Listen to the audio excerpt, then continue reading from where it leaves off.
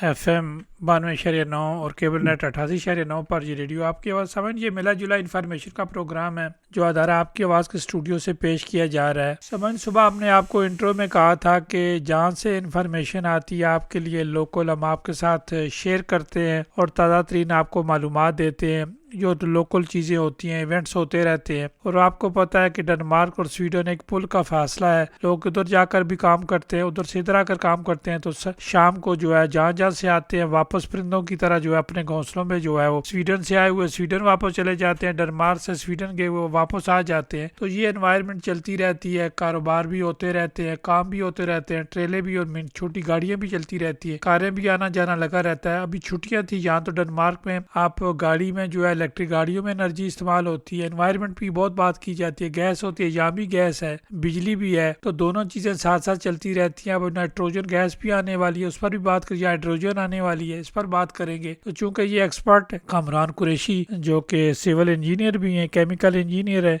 और सियासतदान भी है, और मुझे लगता है कि अगली बार शायद ये इलेक्शन भी लड़े, मुझे इसी तरह की जो उनकी बॉडी लैंग्वेज से पता चलता है। कामरान एक बार फिर आपको खुश आमदीद कहते हैं डेनमार्क में। अस्सलाम वालेकुम रहमतुल्लाह। आपके सामीन को अस्सलाम वालेकुम रहमतुल्लाह और आपका बहुत शुक्रिया जो आपने मुझे अपॉर्चुनिटी दी। तो जैसे आप माशाल्लाह खिदमत कर रहे हैं पाकिस्तानी कम्युनिटी पाकिस्तानी फोरम पे, तो मैं आपका भी शुक्रिया करता हूँ जी। कमरान आप मैंने देखा है कि आप स्वीडिश मीडिया भी पढ़ते हैं, दुनिया की मीडिया को भी पढ़ते हैं, लोकल खबरों पर आपकी बहुत ज़्यादा नज़र आती है। चूँकि आप लोकल एनवायरनमेंट की तरफ जा रहे हैं, एनवायरनमेंट से मुराद है, मुझे लगता है आप लोकल इलेक्शन पे पता नहीं आना चाहते हैं या नहीं आएंगे, लेकिन ये तो आने वाला वक्त ही बताएगा। लेकिन आपकी दिलचस्पी बहुत ज़्यादा है। जी जी बिल्कुल, इंशाल्लाह अल्लाह से बहुत उम्मीद है और इंशाल्लाह आपको बताएंगे जब ये होगा, तो आपको इंशाल्लाह खुशखबरी सुनाएंगे जी।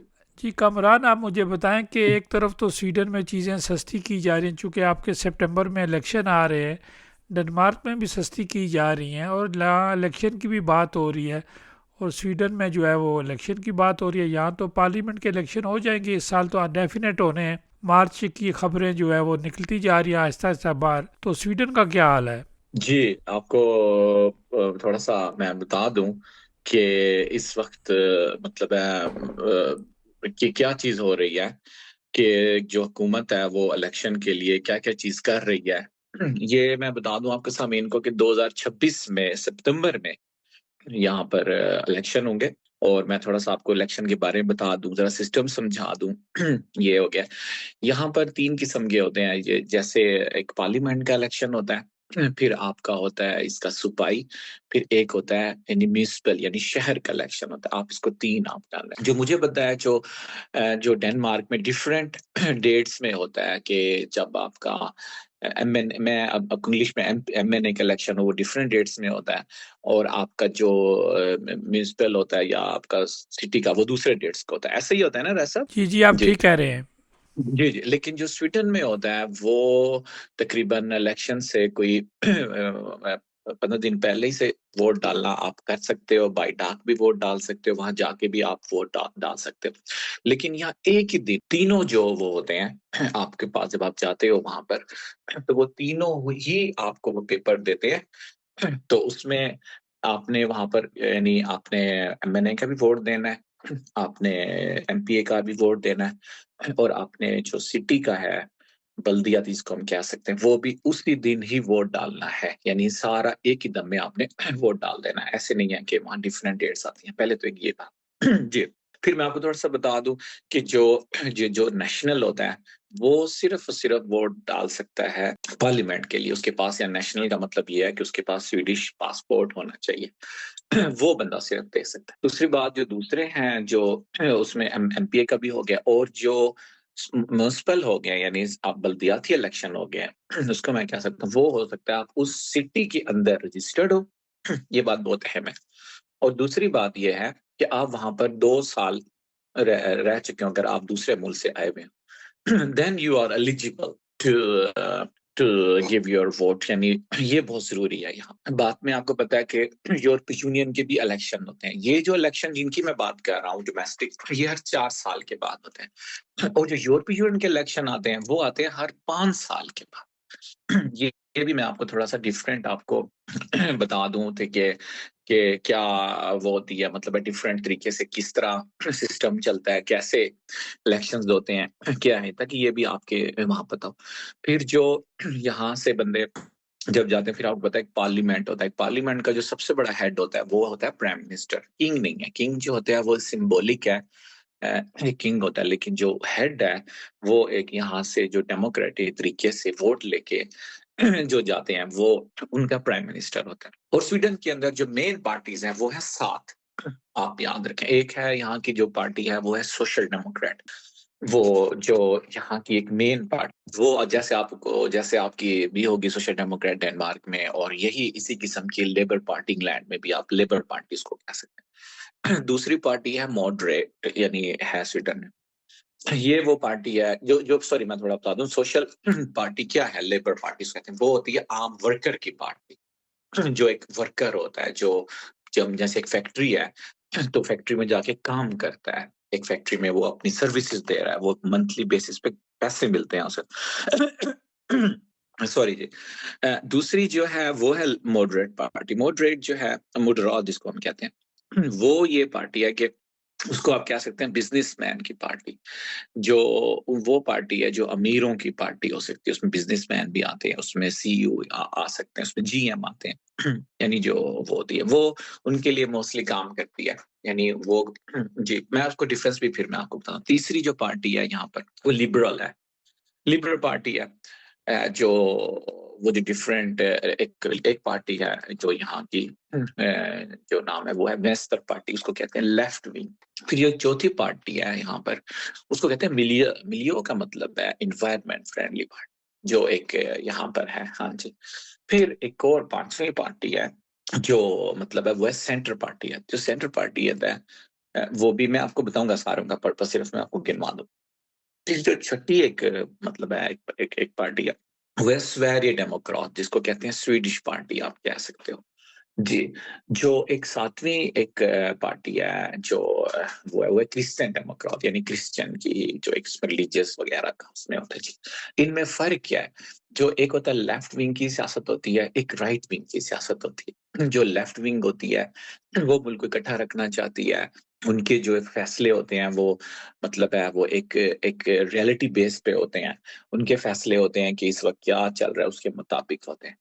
और जो एक राइट विंग पार्टी होती है वो एक्सट्रीमिस्ट पार्टी इसको आप कह सकते हैं, वो मतलब है कहते हैं कि हम एज ए नेशनलिस्ट आप उनको कह सकते हैं। मोस्टली वो थोड़ा सा एक रेसिज्म में, एक अपने शक्ल में, उनकी आंखों का कलर, बालों का कलर, इस चीज की पे उनका ज्यादा फोकस होता है। इमिग्रेशन पे वो अगेंस्ट होते हैं, मतलब है कि उसको राइट विंग आप कह सकते हैं। अब इसमें कितनी राइट विंग पार्टीज हैं, कितनी लेफ्ट विंग पार्टीज हैं। अब इसमें लेबर पार्टी हो गई, सोशल डेमोक्रेट हो गई, ये लेफ्ट है। मिलियो जो है एनवायरनमेंट की, ये भी लेफ्ट है। जो एक वेंसर पार्टी, वो उसका नाम ही लेफ्ट है, पार्टी का वेंसर स्वीडिश जबान में लेफ्ट को कहते हैं, वो वाकई लेफ्ट है।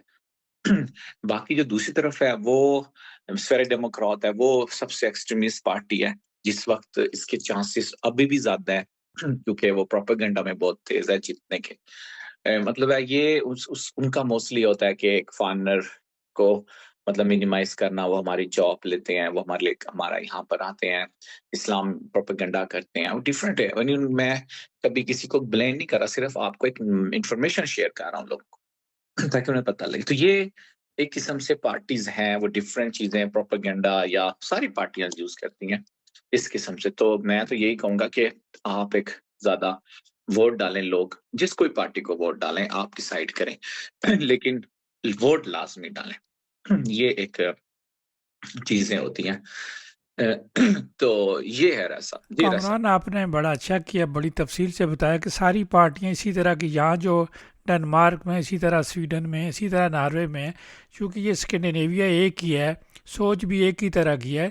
लेकिन जो हमारे अपने लोग हैं जो यहाँ डेनमार्क में बसते हैं या स्वीडन में बसते हैं, माल्मो में या आगे स्टॉकहोम, जिधर जिधर आप बढ़ते जाएंगे, बड़े बड़े शहरों की तरफ आगे चलते जाएंगे, लेकिन हमारी सोच जो है वो सियासी, यहाँ की सियासी जमातों की तरफ नहीं, बल्कि अपनी सियासी, अपने अपने ममालिक की सियासी जमातों की तरफ ज़्यादा है। आप क्या, मैं आई एम राइट? जी रसा बिल्कुल आप एक सही कह रहे हैं।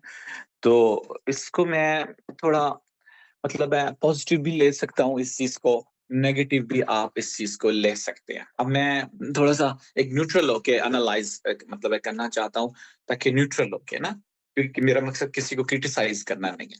अब आप देखें कि यहाँ पर जो है ऐसा जो आए हुए हैं लोग, जैसे आप एक यहाँ के ऑनरेबल सिटीजन हैं और हैं, आपने सारा जिंदगी यहाँ फॉलो की है, अपनी यहाँ काम किया, आपने इन लोगों को टैक्स दिए हैं, आपने कमा के इस मुल्क के लिए काम किया है, आप इधर आप रह रहे हैं, तो ये आपका राइट बनता है। और आपको नेशनैलिटी उन्होंने दी और आपके बच्चे यहाँ पर है, उनका फ्यूचर है, उनकी एजुकेशन है। तो ऐसा ज्यादा जो फोकस आप करें आपके बच्चों का, वो यहाँ पर आप कोशिश करें कि इनकी उनकी इनकी इंटीग्रेशन हुए, इनकी जबान सीखें, इनके मुल्क में आप देखें क्या कानून है, किस तरह है आपके कानून, ताकि यहाँ को आपको पता लगे व्हाट इज गोइंग ऑन, ताकि आप अपने नेक्स्ट जनरेशन को एक अच्छा एक मतलब है फ्यूचर देके जाएं। एक तो ये बात होगी। दूसरी बात, जो लोग यहाँ के डिफरेंट बनाते हैं, पीपल्स पार्टी हो गया, मुस्लिम लीग नॉन हो गया, या पीटीआई वट, वो जरा ज्यादा मैं कहता हूँ वो जरा वतन से ज्यादा मोहब्बत की उसमें करते हैं। फिर लेकिन एक चीज है, वो कर रहे हैं भी, आपका पॉइंट ऑफ व्यू है बिल्कुल दें, लेकिन फिर आपस में रंजिशें कर लेते हैं, आपस में लड़ाइयां कर लेते हैं, गालियां दे देते हैं इधर बैठ के। ना उन्होंने कभी वोट पाकिस्तान में डालना होता है, ना उन्होंने पाकिस्तान में कभी अपने बच्चों को लेके जाना होता है, ना उन्होंने पाकिस्तान में कोई कोई उन्होंने कोई उनको मिनिस्ट्री मिलनी होती है, ना कोई इलेक्शन लड़ने होते हैं। तो मोस्टली की बात कर रहा हूँ मैं, जनरली। ज्यादा लोग तो क्या पता मुझे क्रिटिसाइज करें, नहीं इस तरह, आई डू रिस्पेक्ट, लेकिन मैं एक जनरल बात कर रहा हूँ आपको। तो इस चीज से आप बिल्कुल आप अपना पॉइंट ऑफ दें, पीटीआई या कोई भी है, वट एवर, मुस्लिम लीग नून या वट एवर, लेकिन मोहब्बत में रहें, हर किसी की रिस्पेक्ट करें और कम्युनिकेशन एक दूसरे से रखें और उस ओपिनियन। लेकिन मैं मोस्टली कहूंगा जो नई जनरेशन है वो लाजमी यहाँ की सियासत में आए और हमें उनका सपोर्ट करना चाहिए और उनको आगे लाना चाहिए। तो ताकि एक हमारा वोट है, हमारा वोट बैंक है, उसको आपको पता है कि हमें कैश करवाना चाहिए। इस चीज को हमें ऑलरेडी पता होना चाहिए कि ये हमारे पास एक ताकत है, और पॉलिटिशियन जो है वही डिसीजन करता है, वही कानून बनाता है, लेकिन उसको पता हो कि अगर मैं इस चीज को कुछ हिलाऊंगा तो इस तरह होगा। मैं आपको छोटी सी एग्जांपल देखते हैं कि बस इसको मैं आगे चलूंगा। अब आप देखें, जो मोस्टली कहते हैं जो अमेरिका में एक जूइश हैं, वो क्या वो करते हैं, वो किस तरह वो करते हैं, भाई उनके पास क्या ताकत है? आप देखिए, उनके पास 4 हाथ हैं क्या? उनके पास 4 आंखें हैं क्या? वो कोई उनके पास अननेचुरल कोई पावर है? नो, वो बिजनेसमैन है सर, उनके पास पैसा है, उनके पास वो एक बड़े अमीर लोग हैं, उनके पास वोट है, इस वजह से उनकी बात मानी जाती है। इतनी सी बात है जी रैसा। लेकिन ना दिमाग तो अल्लाह ताला ने सबको दिया है। जब हमें कोई चीज़ नज़र नहीं आती तो फिर जो लोग तरक्की याफ्ता होते हैं, जो काम करते हैं, फिर हम उनकी तरफ दौड़ पड़ते हैं, अपना सहारा ढूंढते हैं, जी फलां की गलती है। अगर कहूँ नहीं जी मेरी गलती नहीं है, कामरान की गलती है, जब बंदा जान छुड़ाता है। अपोजिशन करना तो आपको पता है बड़ा आसान काम है कि मैं ना मानूँ, मैं ना मानूँ। आगे चलते हैं अपना। कामरान, ये बेरोज़गारी की अगर मैं बात करूं, लेबर यूनियन की आप बात कर रहे हैं, तो क्या इस वक्त स्वीडन में बेरोज़गारी ज़्यादा है या डेनमार्क में ज़्यादा है? जो एक स्टैटिस्टिक है, जो चीजें देख रहे हैं, जो एक मतलब है एक आप मतलब है देख हम देख सकते हैं, वो देख सकते हैं हम स्टैटिस्टिक से जी। तो वो हम देख रहे हैं कि भाई स्वीडन में है या आपकी डेनमार्क में, ठीक है जी, ताकि हमें एक किस्म से वो मिल जाए, आइडिया मिल जाए। ये यही है आपका जी। इस वक्त जो स्वीडन में जो एक मतलब है चल रही है, जॉबलेस पीपल हैं, जो एक चीज है वो स्वीडन में ज्यादा है कंपेयर टू डेनमार्क। यानी इस वक्त स्वीडन में बहुत हाई गई हुई है, वो तकरीबन है आपकी 9 से 10% यहाँ पर जॉबलेस पीपल हैं इस वक्त, स्वीडन की बात कर रहा हूँ। और जो यहाँ डेनमार्क है, जो एक ऑलमोस्ट है, वो है जी आपकी 5 से तकरीबन 6-7 आपकी है, लेकिन फिर भी डेनमार्क अच्छा है कंपेयर टू स्वीडन से। उसमें अगर आप देखें कि ये जो मतलब है आपकी आपकी जो शायद आपने देखा होगा कि जो मोस्टली मालमो जो है वहाँ के लोग, वो डेनमार्क में मतलब है बड़े जाते हैं, वहाँ काम कर रहे हैं, उधर ज़्यादा पैसे भी ज़्यादा बनते हैं, तो ये तो बहुत अच्छी बात है। लेकिन इस वक़्त जो है वो डेनमार्क में कम है और स्वीडन में ज़्यादा है। जी रस कामरान देखें, जो नौजवान नस्ल होती है ये बड़ी पढ़ी लिखी है, ये मुल्क का जो है एक ताकत होती है, फिर जिसे कहते हैं मुस्तकबिल होता है। और हमारे लोग नौजवान जो है वो क्रिकेट के चक्कर में पड़े हुए हैं। आज भी क्रिकेट का मैच है, पूरी दुनिया को लपेटा है इस क्रिकेट ने। अब प्राइवेट शुरू हो गया, लोगों ने क्लब बना लिए हैं, तो लोग इस तरफ जो है वो राग़िब हो गए। ये नहीं देखते हमारे पास पैसे हैं या पैसे नहीं हैं, शर्तें भी लगा रहे हैं और आपस में लड़ाइयाँ भी डाली हुई हैं। दूसरी तरफ लोग जो है वो दुनिया के बाहर की तरफ निकल रहे हैं। आपकी यूथ सारी जो है वो बाहर की तरफ भाग रही है, जॉब्स ढूंढ रहे हैं, डॉक्टर्स इंजीनियर्स सारे बाहर के ममालिक में जा रहे हैं। तो जब आपकी यूथ इस तरफ लगी, दूसरी यूथ बाहर चली जी, तो पीछे बचेगा क्या? मतलब आप पाकिस्तान की बात कर रहे हैं जी, ना? मैं पाकिस्तान की बात कर रहा हूँ और भी बात कर रहा हूँ मैं। जी। नहीं मतलब है कि ये तो ऐसे है। तो आप ये देखें कि पाकिस्तान जो है कि क्यों बाहर जा रहे हैं? मतलब है एक चीज़ है, इंसान को एक एनालाइज़ करता है कि क्यों बाहर जा रहे हैं? कि अपने मुल्क से लोग क्यों बाहर जाना चाहते हैं? इसकी वजह क्या है कि अब आप खुद ही आप देखें कि पाकिस्तान जबकि एक दूसरी तरफ यूरोप बाहर निकालना चाहता है, निकलो बाहर यहाँ से। एग्जैक्टली अब आप देखें जो मैं क्यों बाहर, क्योंकि आप खुद देख लें कि पाकिस्तान में जॉब अपॉर्चुनिटीज स्पेशली जो पाकिस्तान में एक बड़ा अहम जो चीज है जो बहुत ज्यादा हर चीज को इंसान को खत्म कर रही है जो मुल्क है, वो सिर्फ एक चीज है, सिर्फ एक चीज। इसके अलावा पाकिस्तान में कोई चीज खराब नहीं है। मैं कहता हूँ इंसान भी बहुत अच्छे हैं, आप किसी हेल्प मांगे वो आपको दिल के साथ हेल्प करेगा। ये हकीकत कह रहा हूँ, ये हमारे कल्चर में हमारे रिलीजियस में है। आप किसी को मतलब है कोई खाना नहीं है किसी के पास नहीं, आपका रिश्तेदार आपका वो लाजमी करेगा। मैंने नहीं देखा, सिर्फ एक चीज पाकिस्तान ठीक कर ले, माय ओपिनियन है, बाकी सब चीजें ठीक हो जाएंगी। मुल्क सबसे अच्छा वो है करप्शन। बस करप्शन एक ठीक, क्योंकि हर चीज जो भी आप चीज देखेंगे ना आप इंसाफ को ले लें, आप वहाँ डेवलपमेंट को देख लें, आप हेल्थ को देख लें, वहाँ पर आप एजुकेशन को देख लें, आप वहाँ पर आप वट एवर, वो एक लफ्ज है सिर्फ करप्शन। अगर वहां पर करप्शन ठीक हो जाए, अब आप देखें मैं सिर्फ आपको बता सकता हूँ, थोड़े से आपको बताता हूँ। इस वजह से जब लोग देखते हैं कि यहाँ पर करप्शन है, मैं इतना लाइक हूँ, मैंने इतनी एजुकेशन ली है, मुझे जॉब ही नहीं मिल रहा, अब बंदा क्या करे? आप बताएं। बंदा कहता है जी मैं मेरा इतना नुकसान हो गया, इतना मुझे इस बंदे ने मुझे जस्टिस नहीं मिल रहा। क्यों नहीं जस्टिस मिल रहा? आप सोचें, करप्शन क्यों? वो एक रोड है, वो इतनी उसने घर को उसकी रोड है, वो आपकी रोड ठीक नहीं है, वो बिजनेसमैन कम्युनिकेशन नहीं कर सकता, वो अपनी चीजें नहीं लेके जा सकता। वो क्यों है? करप्शन। आपको वो एक बिजनेसमैन है, वो अपनी दुकान उस एक स्पेशल जगह पे नहीं जहां पर उसको इजी है वो नहीं खोल सकता, क्योंकि पता है कि डाका पड़ जाएगा, मुझे कुछ हो जाएगा।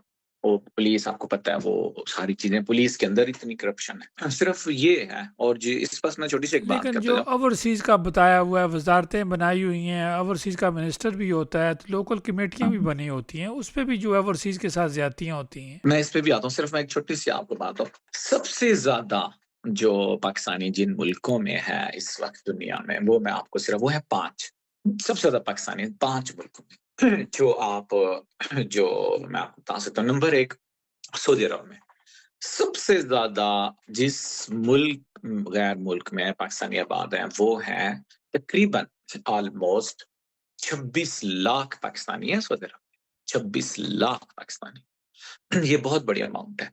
और सऊदी अरब को यानी हमें, और कितनी 26 लाख कितने बंदों को पाकिस्तान में फीड करते होंगे, उनको उनकी कितनी फैमिलियां खाती होंगी, कितना पैसा वो भेजते होंगे, उन्हें हर महीने भेजना है पैसा। ये सऊदी अरब को इसके लिए मुझे बिग रिस्पेक्ट करनी चाहिए सऊदी अरब की, ताकि उससे हमारा घर का यानी वही पाकिस्तान का पहिया चलता है। सऊदी अरब की हमें स्पेशली उसको हमें वीआईपी देनी चाहिए। स्पेशली मैं कहता हूँ उसके साथ उन्होंने जो मुआहदा किया पाकिस्तान ने बिल्कुल करना चाहिए, क्योंकि सऊदी अरब बहुत बड़ा एक हमारा दोस्त है, और वो बहुत सी सऊदी अरब की वजह से हैट ऑफ सल्यूट करना चाहिए हमें सऊदी अरब। दूसरा है जी यूएई। यूएई में आपको पता है वो 7 स्टेट्स आती हैं, वहां पर तकरीबन 20 से 21 लाख लोग हैं, और आपको पता है इतना सा ये दुबई हो गया, शारजा हो गया, अबू धाबी हो गया, रास अल खैमा हो गया, ये मतलब है ये स्टेट्स हैं, छोटे-छोटे स्टेट्स हैं, लेकिन यहाँ पर इतने पाकिस्तानी हैं। आप जब जाएँगे ना, मुझे नहीं लगता आपको वहाँ पे इंग्लिश भी बोलेंगे और सारे पाकिस्तानी बोलेंगे, इंडिया, श्रीलंका सारे। जो तीसरे जो एक है, अब आप यूरोप में आ जाएँ, यूरोप में जो पाकिस्तानी हैं, जो चीज़ें वो सबसे ज़्यादा वो यूके में। मैं कहता हूँ यूके की भी रिस्पेक्ट करनी चाहिए। तकरीबन 15-16 लाख पाकिस्तानी रहते हैं यूके के अंदर, 15-16 लाख पाकिस्तानी। और उनकी जनरेशंस हैं, वो नेशनैलिटियाँ ले चुके हैं, वो इन्वॉल्व हो चुके हैं, वो बड़े वहाँ पर सालों से रह रहे हैं। इसकी भी हमें यूके की भी रिस्पेक्ट करनी चाहिए कि थैंक यू यूके, कितना हमारा वहाँ की पार्लियामेंट में भी हैं, मेयर भी हैं, बहुत मतलब है। जो 5 तो जी फिर इसके बाद आता है चौथा मुल्क, वो आता है यूनाइटेड स्टेट ऑफ अमेरिका। उसमें है 7 लाख से 5 लाख, 6 लाख इसके हिसाब से। फिर आ जाता है कनाडा, कनाडा में 2 से 3 लाख, यानी 5 मुल्क हैं जो एक यहाँ पर जो जिसकी हमें ना एक रिस्पेक्ट करनी चाहिए, क्योंकि ये लोग तकरीबन ये जो लोग हैं यहाँ पर, ये पाकिस्तान को जो कहते हैं सरमाया आ रहा है चीज़, और भी छोटे-छोटे मुल्क हैं वहाँ पाकिस्तानी हैं, लेकिन जो मेन जो पैसे आते हैं, जो लोग रहते हैं, वो ये 5 मुल्क हैं। जी रैसा। ये तो बड़ी अच्छी बात है। अगर मैं तालीमी निज़ाम की बात करूँ तो कैसा तालीमी निज़ाम है स्वीडन में? जी, मैं पहले थोड़ा ओवरसीज़ पे आपने कहा था, मैं फिर इस पे आता हूँ। सॉरी मैं थोड़ा वो हो गया था। अब एक इदारा है ओवरसीज पाकिस्तानी कमीशन, इसको कह सकते हैं आप ओपीसी, यानी इसका मतलब है कि ओवरसीज पाकिस्तानी जो है वो जो है उनका मसला हो। पाकिस्तानी कमीशन। जी जी जी जी वो आप उनका मसला हो किसी का तो वो करें, क्योंकि वो उसको आप कह सकते हैं जैसे घर होता है ना, घर, अब घर को चलाने के लिए घर होता है, घर घर को चलाने में होता है कमाऊ पुत्र, घर में होते हैं ना कमाऊ पुत्र, जो जो पैसे लेके आते हैं, जिनसे आप उन घर की गैस का बिल दे सकते हैं, वही पैसे कमा के लाते हैं, बिजली का दे सकते हैं, आप खाने का दे सकते हैं, कोई टूट-फूट हो जाती है, कोई मेहमान आ जाए उसको आप खाना खिला सकते हैं। तो वो सर है, वो जो कमाऊ पुत्र हैं पाकिस्तान के, वो है ओवरसीज़ पाकिस्तानी कमीशन, ठीक है? मैं मतलब इंटरनेशनल लेवल की बात कर रहा हूँ। डोमेस्टिक भी होंगे, बिज़नेसमैन होंगे जो अपनी चीज़ें यानी एक्सपोर्ट करते होंगे, वो भी कमाऊ पुत्र। लेकिन मोस्टली आप देखें कि इतना पाकिस्तान का मतलब है जो एक्सपोर्ट है ना वो इतना नहीं है, ज़्यादा इम्पोर्ट है, मतलब हमारा माइनस में जाता है। हम चीज़ें ज़्यादा मँगवाते हैं और कम दुनिया को बेचते हैं। इस वजह ये अच्छी बात नहीं है, ये आपका फिर जो बैलेंस सही नहीं रहता। यानी आपकी जेब में आपका खर्चा हो फॉर एग्ज़ाम्पल वो ये हो के 10,000, लेकिन आपको जो आपकी इनकम आ रही है वो है आपकी 8,000, तो आपके 2,000 कहाँ से आ पाएँगे? 2,000 आप किधर से लाओगे? जब आप 2,000 नहीं लाओगे तो आपका घर मतलब है बिजली उसके पैसे पूरे नहीं होंगे तो घर आपका वो खत्म होगा। तो ये जो 2,000 आ जाते हैं, ये गैर मुल्क वाले पैसे ज़्यादा भेजते हैं और ज़्यादा भेजते हैं ताकि इसको कंपनसेट किया जाए। तो उसके लिए एक इदारा बनाया गया ओवरसीज़ पाकिस्तानी, जो कमाऊ पुत्र हम कह सकते हैं या ओवरसीज़ आप कह सकते हैं। तो सर ये अदारे जो हैं ये बहुत ज़्यादा मतलब है यहाँ पर, ये अपने बैरिस्टर हैं अमजद फारूक साहब, जो माशाल्लाह अच्छे तरीके से चला रहे हैं, उसको देख रहे हैं उसे और कोशिश कर रहे हैं। लेकिन लोगों की कंप्लेंट्स भी होती हैं उसके अंदर, कुछ लोग खुश भी होते हैं। लेकिन जिस तरह से ये चलना चाहिए जिस तरीके से, तो इसकी कंप्लेनें ज़्यादा हैं और इफ़ेक्ट इसको ज़्यादा होना चाहिए। मैं समझता हूँ इसको ज़्यादा काम करना चाहिए। लेकिन वो भी बने हैं नए-नए, तो टाइम तो उनको लगेगा थोड़ा सेट करने। जी, रैसा। चले, मैंने कहा था कि ये तालीमी निज़ाम है आपका स्वीडन में, ये कैसे है? बच्चों के मतलब स्कूल से आप लेकर। जी, हाँ जी। ये जो आप कहते हैं कि स्वीडन की तालीम का सिस्टम, जी, ये आप कह रहे हैं मैं रैसा? सिस्टम की बात कर रहा हूँ। अच्छा जी। ये स्वीडन का मैं आपको थोड़ा-सा एजुकेशन के बता देता हूँ आपका कि किस तरह होता है, कितने साल का होता है, क्या होता है, ताकि आपको पता लग जाए क्या है। जब बच्चा आपका पैदा होता है, बच्चा आपको पता है, तो यहाँ पर 1 साल तक जिसको आप मैटरनिटी लीव कह सकते हैं, आपको पता है यहाँ पर वो 6 महीने औरत को मिलता है, 6 महीने मर्द को मिलता है। तो वो मर्द जो होता है वो औरत को भी वो दे सकता है वो जो है डेज़। तो 1 साल जब आपका बच्चा हो जाए, ठीक है? या इससे कम भी हो कर सकते हैं, लेकिन मोस्टली 1 साल से 5 साल तक वो जाता है डे केयर। मतलब है आप 1 साल का बच्चा भी वहाँ छोड़ सकते हो डे केयर के अंदर। 1 से 5 साल जो एक सिस्टम आप लगा लें, वो है वहाँ पर। यानी वो और ये जो है ना, ये यूँ नहीं है कि आपने लाज़मी अपना बच्चा भेजना है 5 साल। आप 5 साल तक अपना बच्चा स्कूल भेजें भी ना, तो उसकी कोई लॉ नहीं है, वो आप रख सकते हैं अपने घर के अंदर। पहले ये भी एक मैं आपको बता रहा हूँ। जब आपका बच्चा 6 साल का हो जाए, यानी आपने अपना बच्चा 5 साल घर रख लिया है या आप उसको भेज भी गए हैं डे केयर, लेकिन अगर वो 6 साल का हो जाए, अभी आपने फिर लॉ आ जाता है। फिर लॉ कहता है 6 साल के बच्चे को कि आपने लाज़मी उसको स्कूल भेजना है। ये एक लॉ आ जाता है स्कूल का, यानी डे केयर आप ना भेजें कोई मसला नहीं है, लेकिन 6 साल के बच्चे को आपने भेजना है लाजमी स्कूल। अगर नहीं भेजेंगे तो आपको पता है फिर स्कूल फिर सोशल फिर इन्वॉल्व होती है। ये एक है। फिर आपका बच्चा आ जाता है 1 से 9 साल तक। अब 1 से 9 साल जो स्कूल होता है वो उसको आप कह सकते हैं मैटरनिटी स्कूल ना, जिसको आप लोक स्तौरियत कह सकते हैं। वहाँ पर आपका बच्चा जब जाता है, वो क्लास होती है 1 से 9 क्लास उसको कहते हैं 9वीं तक। यानी वो पढ़ता रहे 7 साल का बच्चा पहली क्लास में आता है और वो फिर बच्चा जो पढ़ता है वो जब आप यानी स्कूल खत्म करके कॉलेज में जाना पड़ता है, तो उसकी बच्चे की उम्र 16 साल की हो, ठीक है? जब वो 16 साल का हो जाएगा, तो वो बच्चा ऑटोमैटिकली कॉलेज में आ जाएगा। बेशक उसने इम्तिहान पास किया हो, ना किया हो, एजुकेशन में बहुत अच्छा हो, ना हो, इट डज़न्ट मैटर। तो आप उसने पास किया 9वीं जमात में, वो ऑटोमैटिकली फिर वो कॉलेज में आ जाएगा। 19 यानी 16 साल एक है वहाँ। जब कॉलेज में पढ़ने के लिए 3 साल कॉलेज की, जैसे हमारी पाकिस्तान में 2 साल की होती है, तो यहाँ पर कॉलेज 3 साल 3 साल आपने कॉलेज में पढ़ना होता है। वो आप डिफरेंट आपको पता प्रोग्राम होते हैं, डिफरेंट को आईटी प्रोग्राम होता है यहाँ पर।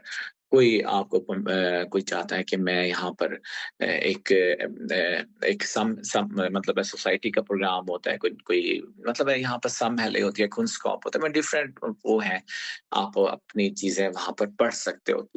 और एक बात मैं आपको जाता रखूँ कि यहाँ तक जो आप जो तालीम है, वो जो है वो फ्री है स्वीडन की। यानी आपको स्कूल में जो है मतलब है कि कॉलेज तक की बात कर रहा हूँ, खाना भी आपको फ्री मिलेगा, आपको बुक्स भी आपको फ्री मिलेंगी। आपको जो है अगर आप 6 किलोमीटर से ज़्यादा घर दूर है आपका, तो आपको बस कार्ड भी मिलेगा। और अगर आपका बच्चा छोटा है तो टैक्सी भी यानी आपकी जो होती है या आप जो बच्चा अगर नहीं कर वो भी आपको बिल्कुल फ्री ऑफ कॉस्ट मिलती है।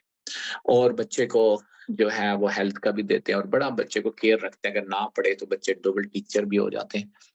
फिर जो बच्चा आपका 16 साल है, फिर वो बच्चा आपका चला गया है 19 साल का हो गया, क्योंकि 3 साल उसने कॉलेज में गुज़ार दिए। जब वो 19 साल का आपका बच्चा हो जाता है, फिर वो आ जाता है यूनिवर्सिटी के अंदर, ठीक है? अब आपकी रिस्पॉन्सिबिलिटी बढ़ जाती है, अब आप 18 साल से ऊपर हो, ठीक है? जब आप 18 साल से ऊपर हो गए, 19 साल के हो गए और 20वें साल में आप चलना शुरू हो गए हो, फिर आपको गवर्नमेंट कहती है सॉरी मैं एक छोटी-सी बात, जब 16 साल तक फिर उस तक 20 साल तक जब आप सॉरी हाँ जी, इसमें आते हैं तो फिर गवर्नमेंट आपको एक वो भी देती है, हर महीने बच्चे का एक अलाउंस भी मिलता है। चलिए अभी तालीम की बात हो रही है। तो फिर जब आप यूनिवर्सिटी में आ जाते हैं आप सारे, तो यूनिवर्सिटी के अंदर फिर जो खाना होता है वो नहीं मिलता है। फिर जो ज़्यादा टीचर आपको समझा देता है, बाकी आपका मसला होता है कि आप उसको पढ़ें या ना पढ़ें। कोई उसपे कोई आप पे कोई ज़्यादा ज़ोर-ज़बरें नहीं कर सकता आपको, मतलब है वहाँ जैसे यूनिवर्सिटी कॉलेज के अंदर बंदा टीचर जो थोड़ी बहुत बता भी देते हैं, बिठा भी देते हैं, 2 टीचर भी आ जाते हैं। तो यहाँ पर जो होता है वो आप खुद डिसाइड करें। फिर जो गवर्नमेंट आपको आपके 18 साल से ऊपर हो गए हो, आप चाहते हो कि भी मुझे सपोर्ट मिले गवर्नमेंट की तरफ से, तो गवर्नमेंट आपको एक वज़ीफ़ा भी देती है, प्लस आपने अगर पढ़ने के लिए कोई दूर जा आप रह रहे हो, तो वो आपको एक लोन भी देती है हर महीने आपको, ताकि आप एक्टिविटीज़ अपनी जारी रखें। और ये जो तालीम है यूनिवर्सिटी की, ये फ्री है। हाँ जी, इस और आप जब जितना मर्ज़ी पढ़ें, कोई उम्र की एज नहीं है यूनिवर्सिटी में कितनी उम्र के आप हों पढ़ना, कोई नहीं, आप सारी ज़िंदगी पढ़ें, कोई टेंशन नहीं। जी रज़ा। कामरान, बड़ी अच्छी आपने मालूमात दी हैं, बड़ी दिलचस्प मालूमात है। इंशाल्लाह इसकी दूसरी किस्त भी बनाएंगे। तो आखिर में आप सामान्य नाजरीन को मौसम के लिहाज से कहेंगे, हमारा तो सूरज चमक रहा है, आप क्या कहेंगे? जी, पहले मैं रज़ा साहब आपका दोबारा शुक्रिया करूँगा क्योंकि आप एक इतनी सालों से और कंटिन्यूअसली आप एक पाकिस्तानी कम्युनिटी को ये फ़ोरम पेश कर रहे हैं, दे रहे हैं, अपनी सर्विसेज़ दे रहे हैं। उसके बदले आप मतलब है ₹1 या 1 करोना 1 टक्का भी आप मतलब है इसकी कोई नहीं लेते और ये इन्फॉर्मेशन आप देते हैं। रज़ा साहब ये हमें हर वक़्त मतलब है कहना चाहिए और कई सालों से आप कर रहे हैं। यहाँ पर आपको पता है यूरोप में कोई बंदा इतना सा भी कोई काम करता है, उसके पैसे होते हैं, इसकी चीज़ें होती हैं, आपको ये तो एक तो है हैट ऑफ रज़ा साहब, आपकी सर्विस जो आप दे रहे हो पाकिस्तानी कम्युनिटी के लिए उनकी ज़ुबान में। एक तो ये सर ख़राज तहसीन मैं पेश करता हूँ आपको और दूसरा आपने कहा मौसम के लिहाज़ से वाक़ई हाँ, जैसे आपका और हमारा सिर्फ़ एक छोटा समंदर है, ये एक पुल है और यहाँ पर भी सूरज चमक रहा है और लेकिन जो मोस्टली जो हमें मारती है, वो हवा मारती है यहाँ पर। जब हवा चलती है ना राय साहब, वो बड़ी जलन देती है। बाकी माशाल्लाह बहुत अच्छा मौसम है, आँखें हमारी खुल जाती हैं। जब सूरज निकलता है तो बड़ी खुशी होती है। जी राय साहब। चलते चलते प्रॉपर्टी के बारे में आप बात करें कि पहले लोग डेनमार्क से स्वीडन की तरफ दौड़ते थे प्रॉपर्टी के लिए, तो अब प्रॉपर्टी की क्या पोजीशन है? जी राय साहब, पहले तो राय साहब तो ये किराएदार जो है वो उनको घर मिलते ही नहीं है। क्या मतलब राय साहब घर किसी को नहीं मिलते? ना डेनमार्क में घर किराए पे मिलता है, ना स्वीडन में मिलता है, मिलते हैं मुश्किल से। अच्छा, जी, बिल्कुल। पहले मैं थोड़ा-सा आपको बताऊँ जो स्पेशली आप डेनिशों की बात कर रहे हैं, जो डेनिश यहाँ शिफ्ट होते हैं, उस सेंस में कर रहे हैं ना आप? जी। दोनों सेंस में बात कर लें, दोनों तरफ जो अच्छा भी यहाँ शिफ्ट जी, होता है। जी ठीक है। मैं बड़ी अच्छी आपने बात की घर की क्योंकि जो भी डेनिश मैं डेनिश का मतलब सारे डेनिश है ना, पाकिस्तानी मैं आपको मोस्टली कहता हूँ क्योंकि उर्दू ज़बान है, तो डेनिश अगर मैं कहूँ तो पाकिस्तानी डेनिश होंगे।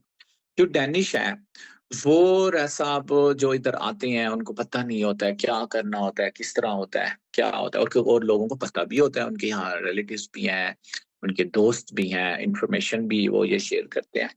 लेकिन ऐसा अब ये जो डेनिश आप आते हैं, आप कैपिटल से आ रहे हैं, तो यहाँ पर बहुत सस्ते घर हैं अगर आप कंपेयर करें कोपेनहेगन कोपेनहेगन कैपिटल है। आपका कोरोना भी इतना स्ट्रॉन्ग है स्वीडिश कोरोने से। और स्वीडिश कोरोना जो बहुत नीचे है तकरीबन आधो-आध का फ़र्क है। तो इस वजह से और इसी डेनिशों की वजह से मालमों की भी ना ऊपर चली गई है, क्या कहते हैं कीमतें क्योंकि जो डेनिश होते हैं वो जो जब वहाँ पर अगर ऑक्शन हो जाए, मैं इतने पैसे दूँगा, बोली लग जाए, तो जो डेनिश बोली देता है तो हम स्वीडिश फिर चुप हो जाते हैं। वो हम नहीं दे सकते इतनी बोली जो डेनिश दे देता है। जी, क्योंकि वो कंपेयर कर रहा होता है कोपेनहेगन से अपार्टमेंट को। पहली तो ये बात है। दूसरी ये बात है कि जब इसमें 2 किस्म के अपार्टमेंट्स हैं। एक तो आपने विले की बात नहीं कर रहा, विले तो जो वो है मैं एक अपार्टमेंट्स की। फिर एक अपार्टमेंट्स है कि आपने रेंट पे लेना है या खरीदना है। जो ऐसा रेंट पे लेना होता है ना, तो एक वेबसाइट है यहाँ पर, उसका नाम है बू प्लस सीड यानी बू प्लस सीड डॉट एसई। उस पे आपने 300 क्रोना स्वीडिश क्रोना पे करना होता है। वहां पर 1 साल के लिए वैलिड होता है। तो जितनी भी स्कोने की बात हो रही है यानी सुबह स्कोने के अंदर जो भी अपार्टमेंट रेंट पे आएगी वो उस वेबसाइट के थ्रू होगी। उस पे लाइन सिस्टम है, उस पे ये नहीं देखते कि आपने पहली कर ली, किस तरह हो गई, तो वो वेबसाइट आप खोलें, आप उस वेबसाइट पे रजिस्टर्ड हो जाएँ, वहाँ 300 करोना आप उसको मतलब है लाइन में लग जाएँ और ऐसा आप अपना हर साल 300 करोना आप दें और वहाँ पर आप अप्लाई करते रहें। जब आपको अपार्टमेंट आपको मिल जाए, वहाँ से रेंट की बात हो रही, तो वो आप ले लें। बाकी जो खरीदने की है ऐसा वो इस वक़्त जो है जो इकोनॉमी जो आपको पता है जॉबलेस भी स्वीडन में ज़्यादा है। तो खरीदने के लिए तो ऐसा अब आप अपनी वेबसाइट खोलें hemnet.se जो आपको अच्छी लगे, पैसे आपके पास हैं, आप जाके खरीद लें, इसमें कोई टेंशन नहीं है। जी रज़ा। चलें कमरान, आपने बड़ी कीमती मालूमात दी। ये इन्फॉर्मेशन का प्रोग्राम होता है, लोकल हमने देखा कि चेक कर रहे थे लोकल जो मुख्तलिफ जगह हैं किस तरह काम करती हैं। आपका बहुत शुक्रिया, आपने कीमती टाइम दिया। जी, जी बिल्कुल ऐसा अगर कोई भी इन्फॉर्मेशन किसी को चाहिए आप ऐसा आपसे ताल्लु आपके सामने आप कर सकते हैं। मैं उनकी बिल्कुल, वो मुझे कॉल करते रहते हैं, तो कोई भी और ऐसा आप, कोई भी आपके पास क्वेश्चंस आए किसी किस्म का, आप बिल्कुल मुझे आप कहना, मैं इंशाल्लाह कोशिश करूंगा उसके जवाब देने के लिए। बहुत शुक्रिया रसा वंस अगेन आपका। सामान्य नाजरीन, ये थे कामरान कुरैशी जो कि इन्फॉर्मेशन दे रहे थे। हम दोनों चीज़ों को चेक कर रहे थे कि किस तरह स्कूल, कॉलेज, यूनिवर्सिटी जो है वो काम करती हैं। सामान्य नाजरीन, आपके जो स्कैंडिनेवियन ममालिक होते हैं तकरीबन ये जुड़े हुए आपस में। आपका राब्ता जो है बाई रोड आपका राब्ता रहता है, पुल आते हैं, पुल आप क्रॉस करते हैं तो सब चीज़ों जगहों पर आप आसानी से आ जा सकते हैं। सामान्य नाजरीन, आगे बढ़ते हैं।